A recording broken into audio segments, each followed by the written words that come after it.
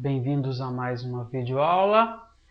E se você está acompanhando esse curso, nós estamos falando sobre trabalho, né? A visão que alguns psicanalistas têm sobre o trabalho. Nós já vimos Freud e nós já vimos Melanie Klein. Você já deve ter percebido, por essas duas videoaulas de Freud e de Melanie Klein, que a visão da psicanálise sobre o trabalho não é lá muito animadora, ainda que ela tenha uma função, o trabalho tem uma função a desempenhar na saúde psíquica, ela está longe de ser uma visão mais idealizada sobre o trabalho, né?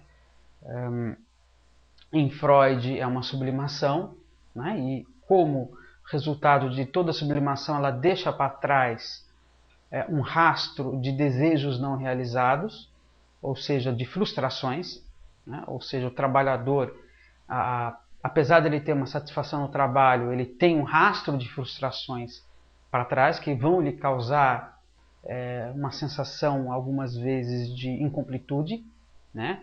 Então, nós poderíamos ter uma melhor sublimação, uma pior sublimação, dependendo aí do resquício desses desejos não realizados, né? Nós vimos em Melanie Klein a outra face da moeda do desejo, que é a ansiedade ou a angústia, né? Onde o trabalho serviria para modular a angústia das pessoas. Nesse sentido, nós poderíamos ter aí uma maior angústia, uma menor angústia no ambiente de trabalho, né? Quanto melhor modulada, menor seria a angústia, quanto pior modulada, maior seria a angústia. Mas sempre nós teríamos aí um resquício, né? uma angústia latente dentro do trabalho. Em outras palavras, na melhor das hipóteses, nós seríamos angustiados e frustrados no trabalho, né? Na melhor das hipóteses, eu poderia ser muito feliz, mas ainda assim estaria eu sempre com uma sensação de frustração e ansiedade, né? Culminando hoje em dia numa sensação de vazio e de extrema ansiedade quando a gente fala de mercado de trabalho.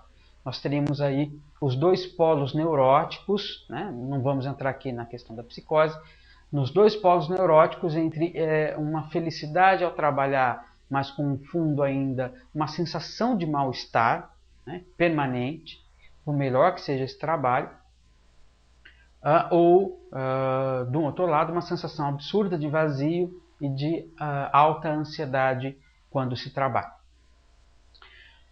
Então, são visões não muito animadoras, né, sobre esse assunto.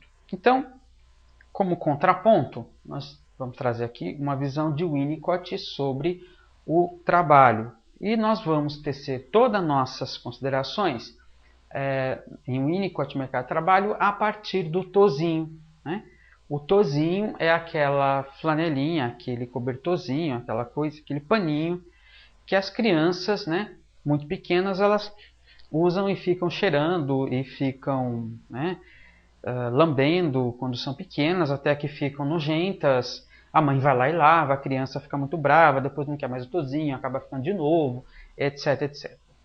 Porque o Winnicott vai enxergar na constituição do tozinho, não necessariamente o tozinho, mas o que o aparelho psíquico precisa fazer para criar um tozinho numa possibilidade de sair dessa dualidade ansiedade e desejo, né? Uma possibilidade de sair dessa dualidade, não é?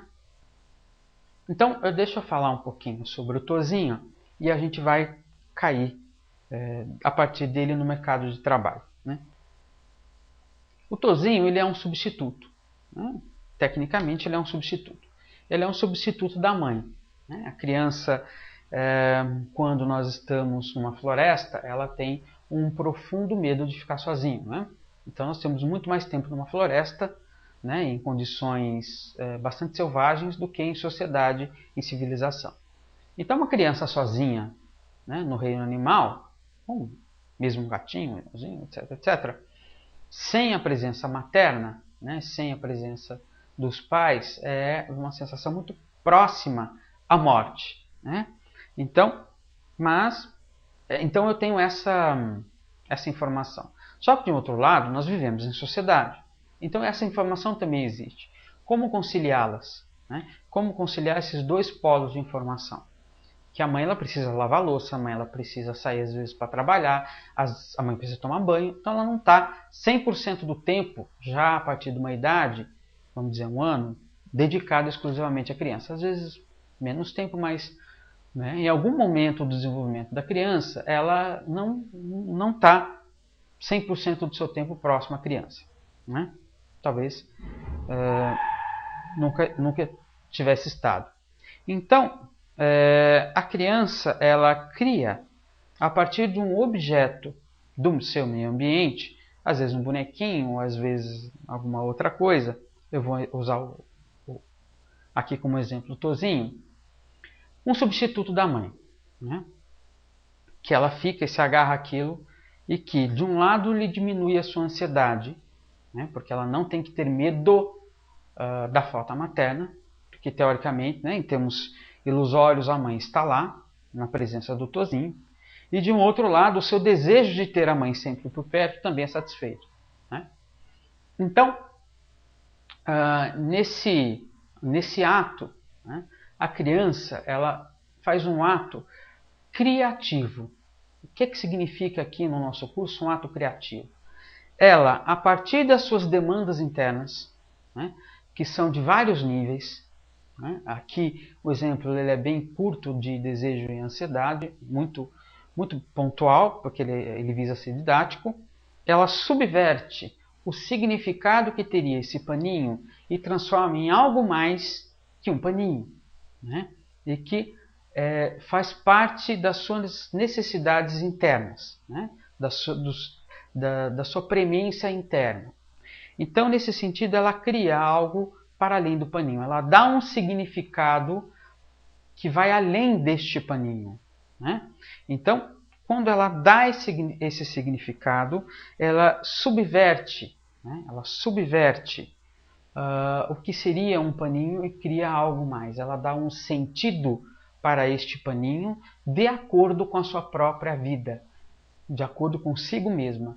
Não é um sentido, né? Um significado, um sentido que vem de fora para dentro. Né? Isto é um paninho. Aceite isso como um paninho. Ela faz um ato criativo e no movimento de dentro para fora, ela dá um significado diferente que existe neste paninho. Então, esse é o grande gesto criativo. O gesto criativo significa tomar aquilo que me é dado e transformar em alguma outra coisa que não é aquilo, mas também é aquilo, porque continua sendo um paninho, mas que vai para além de um paninho e que tem sentido para mim. Né? Um sentido muito maior do que o significado dado pelo mundo externo.